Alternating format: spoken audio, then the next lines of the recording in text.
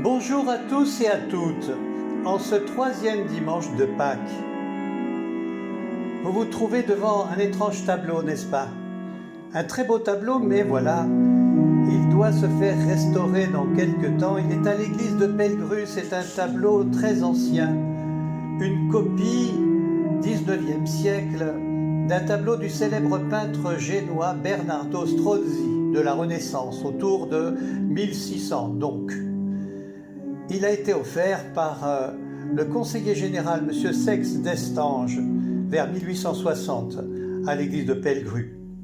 Il représente les pèlerins d'Emmaüs et vous pouvez le voir maintenant tel qu'il devrait être après sa restauration. On y voit Jésus dans des gestes tout simples, très humains et comme beaucoup de ces tableaux, des gestes agricoles, paysans, comme c'était à l'époque de la Renaissance.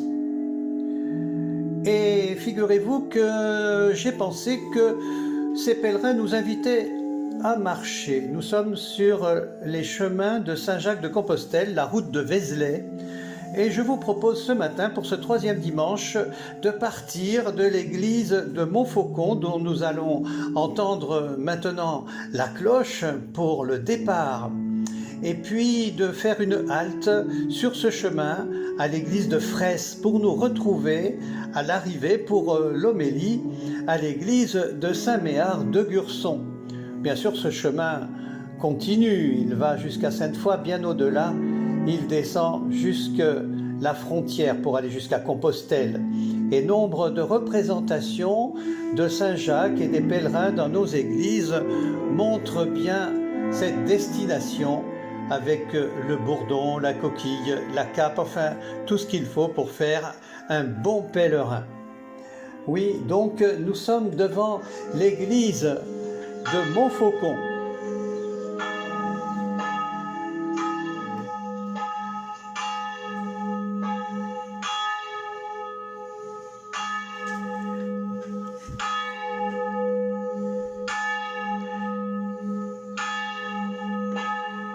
Cette église a été refaite il y a quelque temps. Elle est très mignonne, très belle, très humble aussi, au cœur de la campagne. Et cette cloche nous invite au départ, bien joyeusement.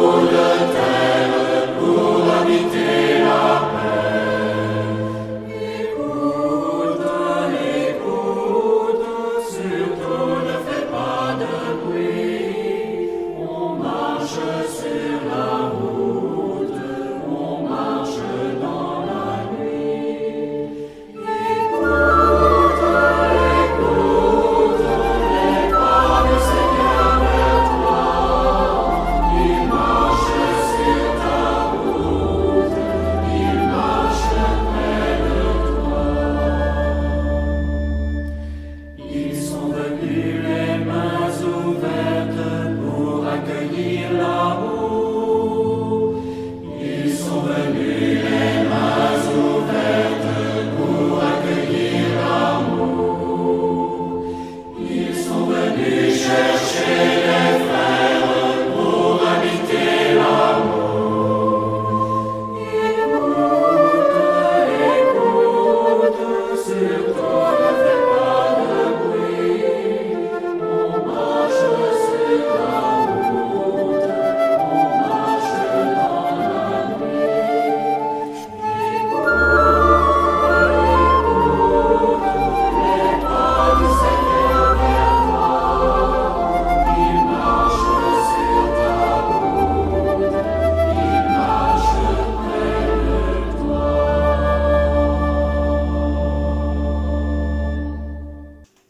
Évangile de Jésus-Christ selon saint Luc au chapitre 24.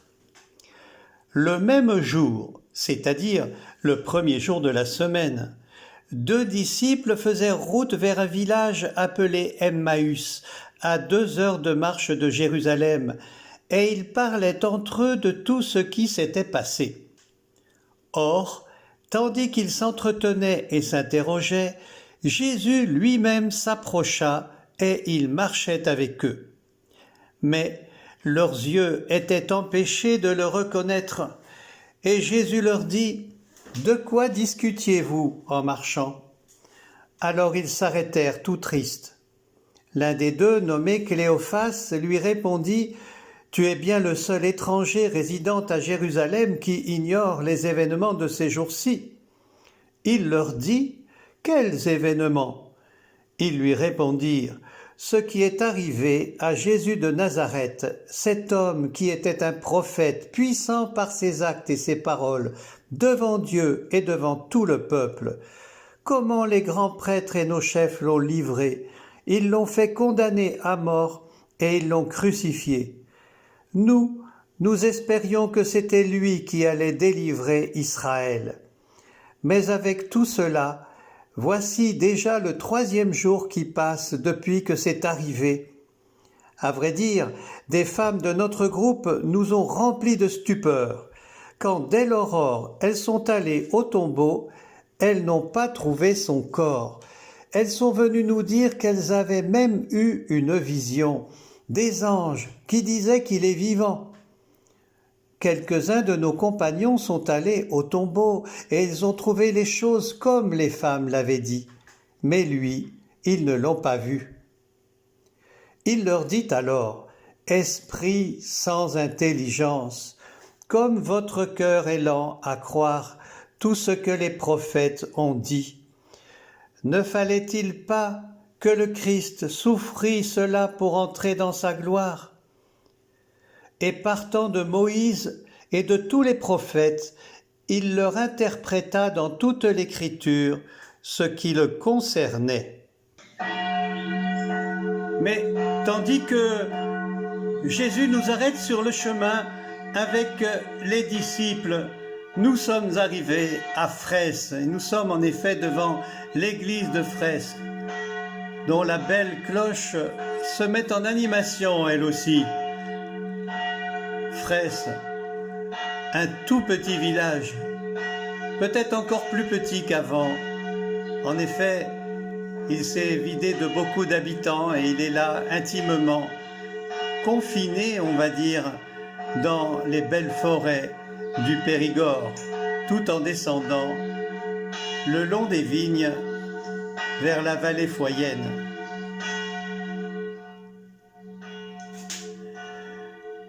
Quand ils s'approchèrent du village où ils se rendaient, Jésus fit semblant d'aller plus loin, mais ils s'efforcèrent de le retenir. « Reste avec nous, car le soir approche et déjà le jour baisse. » Il entra donc pour rester avec eux. Quand il fut à table avec eux, ayant pris le pain, il prononça la bénédiction, et l'ayant rompu, il le leur donna.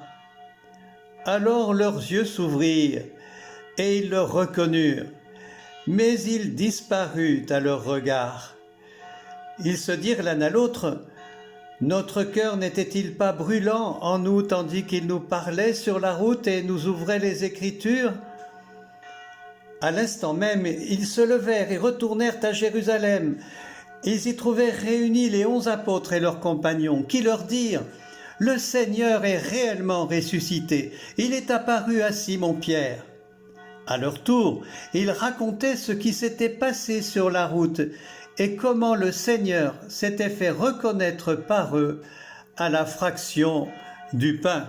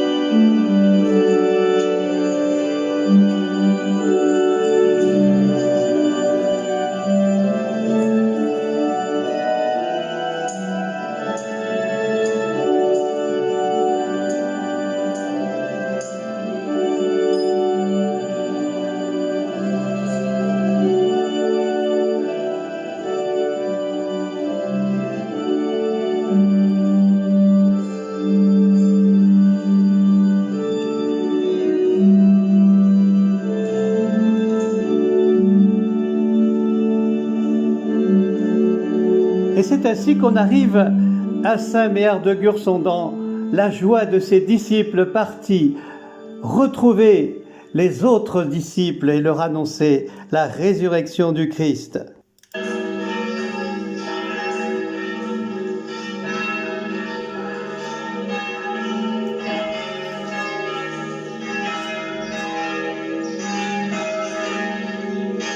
Et voilà, nous arrivons à Saint-Méard, devant la belle grande église avec son gros clocher carré. On la voit de loin, elle en impose. Saint-Méard, c'est déjà un joli bourg, avec sa belle halle.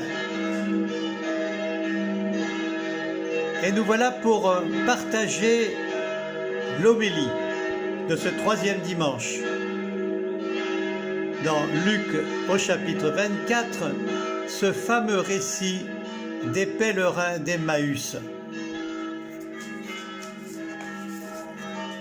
Alors frères et sœurs, ces pèlerins, Cléopas et un inconnu, Luc veut nous dire certainement que c'est nous. En quelque sorte, Cléopas va faire le lien, et puis cet inconnu, nous essayons de comprendre à travers ces différents moments de cet évangile, une pédagogie. Oh, cet évangile, on s'en est servi, on s'en servira encore beaucoup, à juste titre d'ailleurs, mais quelquefois d'une façon un peu désordonnée. Voyez, quand on prépare les enfants à la première communion, on fait un plan de ce récit. Ce plan, il est, figurez-vous, exactement le plan de la liturgie eucharistique des dimanches, 4 temps, l'accueil, la parole, l'Eucharistie, l'envoi. Alors il est pratique de le mettre en parallèle et puis le tour est joué finalement. On n'a plus qu'à aller à la messe et on aura tout compris. Oh, j'exagère à peine, mais cependant, c'est bien souvent comme cela qu'on l'interprète. Or, ces pèlerins, ils marchent sur cette route désorientés, perdus. C'est que celui qu'ils connaissaient, qui leur avait donné une espérance folle de retrouver une vie d'un drôle de royaume où tout serait beaucoup mieux, était mort sur la croix. Et c'est l'anéantissement, le vide.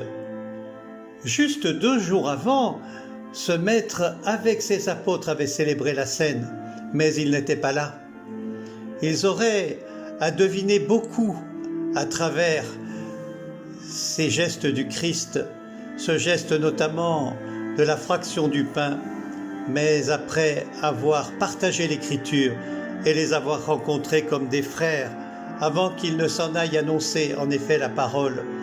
Alors vous voyez, c'est vite fait de comparer ce récit à l'Eucharistie, mais Luc est éclairé par l'Esprit Saint, par l'Esprit de Pentecôte, qui lui fera lire, lui aussi certainement, ce récit autrement. Alors ces pèlerins marchent, ils sont désorientés, ils sont dans une absence vide. Et voilà qu'ils sont arrêtés sur la route comme nous nous sommes arrêtés tout à l'heure à Fraisse, arrêtés par ce personnage qui vient leur parler et qui leur dit, agacé au bout d'un moment, « Esprit sans intelligence, comme votre cœur est lent à croire tout ce que les prophètes ont dit, ne fallait-il pas le Christ souffrir pour entrer dans sa gloire ?» Et en partant de Moïse et de tous les prophètes, il leur interprétait dans toute l'Écriture ce qui le concernait. Voilà que les disciples vont repartir accompagnés de cet homme qui leur parle étrangement de ce qu'ils connaissent. Voilà que leur désir va s'ouvrir. Voilà qu'ils vont parler certainement de ces prophètes, de l'annonce que le Christ reprendra d'ailleurs et qui va résonner dans leur cœur, attiser leur désir. Au fond, ils vont avoir une sorte de réponse échelonnée, pédagogique. Vous savez, frères et sœurs, c'est un peu comme quand on reçoit la lettre d'un ami. Il y a plusieurs façons de l'accueillir. Il y a d'abord les nouvelles qu'on nous donne. On échange des nouvelles banales souvent. Comment ça va, les frères, les sœurs, tout le monde, la famille? Qu'est-ce que tu deviens? Et puis, il y a aussi quelque chose derrière tout cela.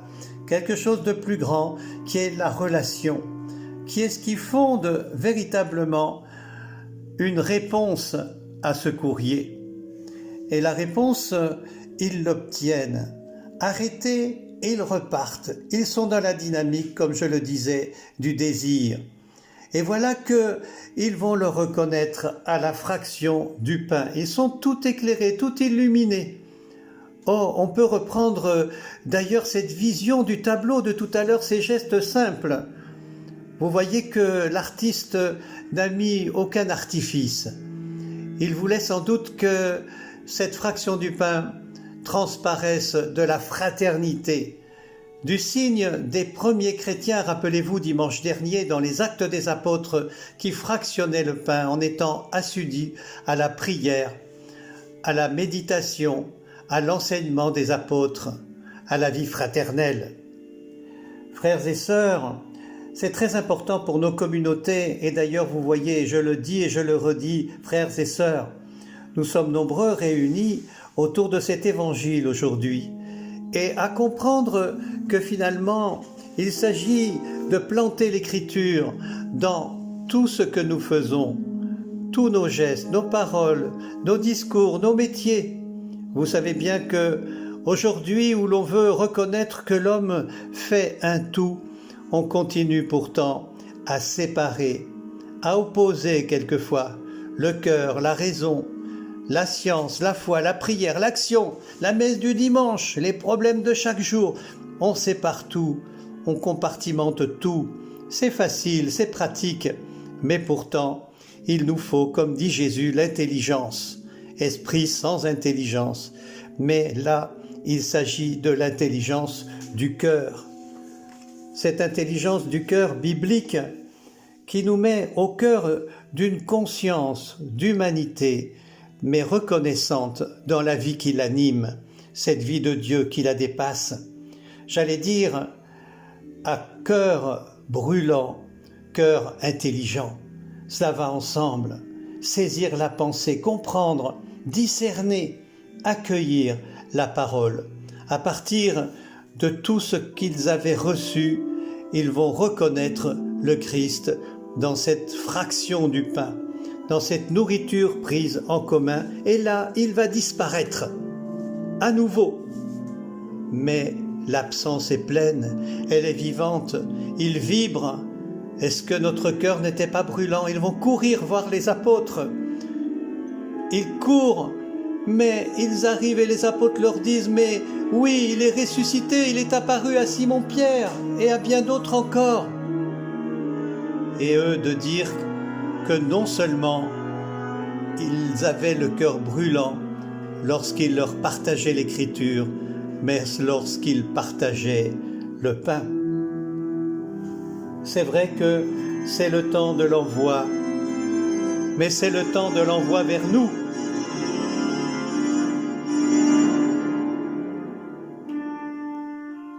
Depuis le Concile Vatican II, frères et sœurs, l'Église catholique a fait de gros progrès tout de même pour l'intelligence des Écritures. On lit la Bible dans tous les coins du monde dans l'Église catholique. Des milliers d'hommes et de femmes s'ouvrent à l'intelligence des Écritures. Et nous sommes invités particulièrement aujourd'hui à hériter de tous ceux qui ont aidé, lutté dans cette Église pour que la Bible soit nourriture de la foi. Moi, je repense au Père Lagrange, à la fin du XIXe siècle, qui a fondé l'école biblique de Jérusalem. Dieu sait s'y fait taper sur les doigts. Et lorsque j'étais au monastère à Belle-Locke, le Père Placide, notre professeur d'écriture sainte, était un sage, un homme recueilli, intelligent des Écritures, mais qui tout à coup se raidissait lorsqu'il entendait parler du pays, à Bougoche, là-bas, en Terre Sainte, où il était nommé prieur, mais où il avait eu le culot de parler un peu en dehors des lignes que l'Église demandait en ce qui concernait l'Écriture sainte. Oui, nous en sommes loin de tout cela. Vous, moi, n'importe qui peut ouvrir la Bible. Nous avons des groupes en paroisse aussi. Et la lire d'une façon particulière, tenez. Ne soyons pas orgueilleux, lisons-la comme le Christ lui-même la lisait. Jésus n'avait pas fait d'études, pas d'exégèse, pas d'université romaine. Et pourtant, c'est lui qui va dire, lorsqu'il va rentrer dans la synagogue de son pays natal, cette parole, c'est aujourd'hui qu'elle s'accomplit. Vous savez, l'Écriture sainte, elle nous parle, elle parle de nous. Jésus nous parle de nous lorsqu'il nous parle. Et puis, ces pèlerins sur la route posaient des questions que nous devrions poser à Jésus nous-mêmes pour avoir la réponse. Il va nous la donner simplement. Il nous la donner comme un frère nous la donne. Car Jésus nous parle en frère, il nous apprend à être des frères et à fractionner ensemble le pain. Il a à nous dire ce qui le concerne et ce qui nous concerne. Ouvrons nos intelligences. Enfin, comment ne pas terminer sans penser à tous ces peuples qui sont comme des pèlerins d'Emmaüs, qui s'avancent sur les routes de notre histoire, qui sont en danger, en désespoir devant tant d'injustice, qui n'ont plus de pays, qui n'ont pas pierre pour reposer la tête, comme dirait même le Christ, et pourraient douter du sens du mot de Jésus que l'Écriture nous donne lorsqu'il parle de royaume. Quel est donc ce royaume? Faudra-t-il marcher longtemps encore pour le trouver? Ce royaume, il le cherche, puisse-t-il le trouver dans la fraternité que nous pouvons leur offrir. Car le Dieu de l'Écriture, c'est celui-là, c'est celui qui ouvre les intelligences, c'est celui qui libère. Oui, comme dit l'Écriture aussi, aujourd'hui ne fermons pas notre cœur. Accueillons la vie du Seigneur. Et le psaume de ce jour nous le dit, le psaume 15, Seigneur, tu m'apprends le chemin de la vie. Pèlerin. Vous savez ce que ça veut dire, pèlerin? Ça vient de peregrinus, tous ces mots, comme intelligence aussi d'ailleurs, ont été découverts plutôt vers le XIe, XIIe siècle. Ce mot, au Moyen-Âge, signifiait l'étranger. Voyez-vous s'il a évolué, c'est devenu pénitent, excursionniste en quelque sorte, voyageur. Et c'est celui tout de même qui est d'un autre pays. En allant vers Compostelle, combien trouve cet autre pays? Sur le chemin de nos vies, dans la pédagogie du Christ, aussi continuons, périgrinons, pèlerinons. Le mot pèlerin vient de là d'ailleurs. Père agère, celui qui franchit au-delà des champs. Franchissons en effet tous ces champs, cultivons notre intelligence pour découvrir le Seigneur. Et je voudrais terminer par solidarité avec tous ceux, en effet, qui n'ont plus rien, tous ceux qui passent dans un autre monde encore, tous ceux qui s'occupent des humains aussi, sur ce chemin de notre vie, ce chemin d'Emmaüs. Une prière, celle de l'abbé Pierre. Seigneur Jésus, souviens-toi, à Emmaüs. Souviens-toi du bout du chemin qui y conduit, cette petite maison. Souviens-toi de ceux qu'un soir tu abordas là-bas. Souviens-toi de leur cœur abattu. Souviens-toi de tes paroles qui les brûlèrent. Souviens-toi du feu dans l'âtre auprès duquel vous vous êtes assis, d'où ils se relevèrent, transformés, d'où ils partirent vers des prouesses de l'amour. Regarde-nous, Seigneur, vois comme nous sommes tous des pèlerins d'Emmaüs. Nous sommes tous des hommes qui peinent dans l'obscurité du soir. Viens sur notre chemin, brûle notre cœur, entre avec nous t'asseoir à notre feu, qu'en exultant de joie à notre tour, nous nous relèvions pour révéler la joie à tout homme venant dans ce monde.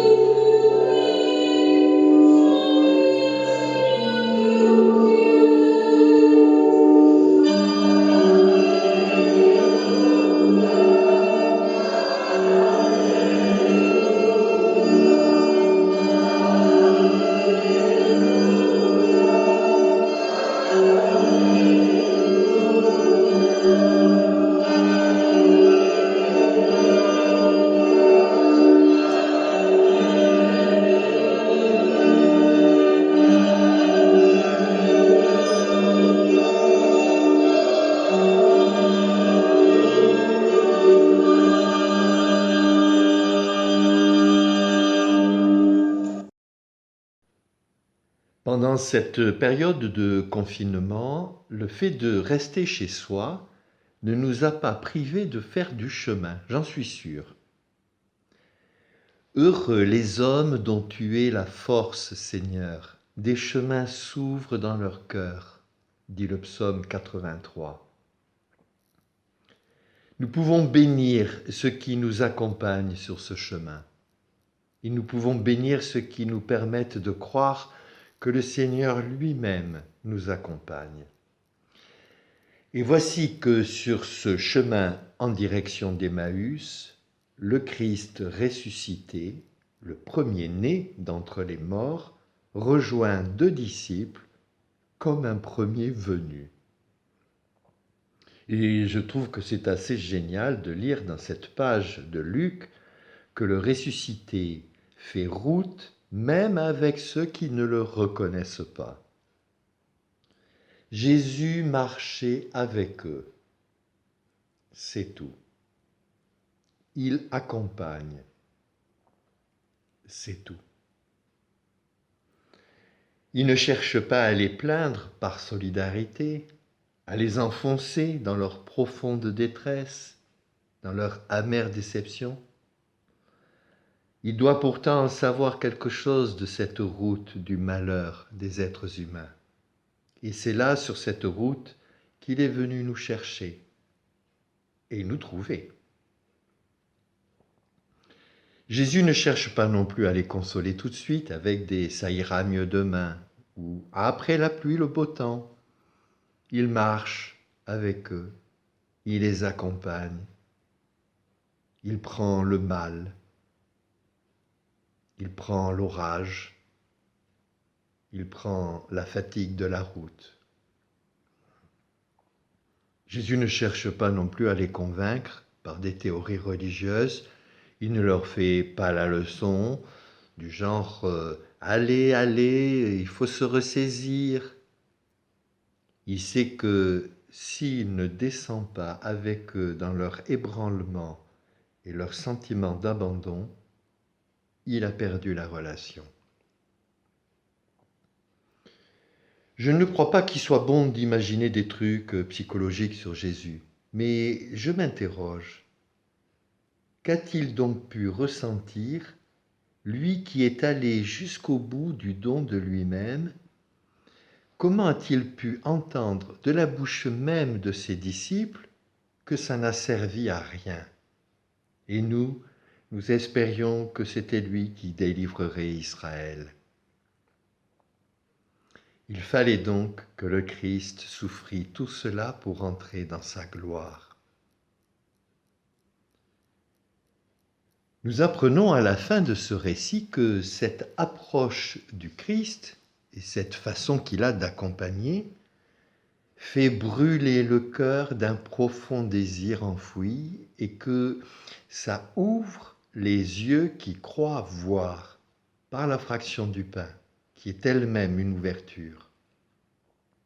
Ça ouvre donc et ça déchire nos schémas, notre façon de voir le monde, les événements du monde, les informations du monde, et donc la façon dont nous entretenons nos déceptions. Ce dont nous rêvons, ce que nous espérons, ne se réalise pas. Comment alors ne serions-nous pas tout tristes si nous continuons à prendre Jésus pour le Messie héros sans faille qui va régler nos problèmes et ceux de la grande histoire du monde? Comment ne serions-nous pas tout tristes si nous continuons à lire les Écritures comme un programme à accomplir et pour lequel Jésus nous donnerait le mode d'emploi? Le Christ ne vient pas réaliser nos rêves. Il fait bien plus que cela. En interprétant dans toute l'Écriture ce qui le concernait, il ne donne pas du sens, mais une présence réelle, la sienne. Lui qui est la parole faite chair et en qui s'accomplit la volonté du Père. Que ta volonté soit faite et donne-nous aujourd'hui notre pain de ce jour. Car il y a la route et elle est parfois très longue pour certains d'entre nous. Il y a aussi la table. Comme le chante l'hymne, la table où tu voulus t'asseoir pour la fraction qui te révèle, je la revois, elle étincelle de toi, seul maître. En ces jours où nous sommes privés de la table eucharistique de nos rassemblements à l'Église, le Christ cesserait-il de se révéler ? Et si le pain de la fraction reçu, partagé chaque dimanche, éclairait d'une nouvelle lumière nos tables, familiales ou solitaires, l'éclat de sa révélation cesserait-il à la fin de la messe ? Donne-nous aujourd'hui notre pain de ce jour. Le Seigneur nous refuserait-il ce pain-là ? Le cardinal Heyt, avec qui Hugues entretenait de belles affinités, certainement par l'amour des brebis, le cardinal Heyt, pour le jubilé de l'an 2000, disait avec insistance et répétait « Que voulez-vous donc annoncer au monde, si ce n'est ce geste majeur de la fraction du pain ?» Oui, le Seigneur ouvre encore le monde, là où il est enfermé sur lui-même. Quand les yeux des disciples s'ouvrent à l'auberge d'Emmaüs, ils reconnaissent le Christ, mais il disparaît à leur regard. Sortis de leur raisonnement, les disciples entrent maintenant en résonance avec cette parole faite chair, pour que leur chair de disciples devienne parole dans l'histoire d'aujourd'hui.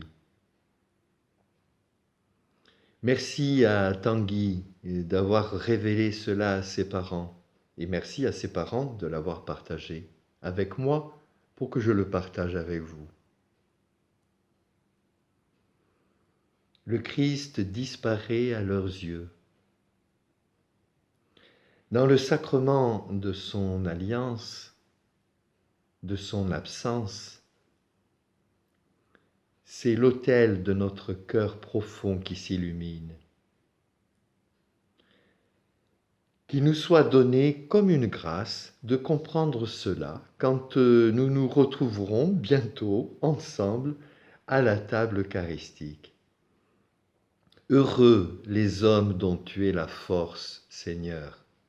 Des chemins s'ouvrent dans leur cœur. Que le Seigneur continue à ouvrir le chemin d'Hugues et que son cœur soit tout brûlant de recevoir la parole de vie pour le jour de son anniversaire. Alléluia. Hugues, Alléluia.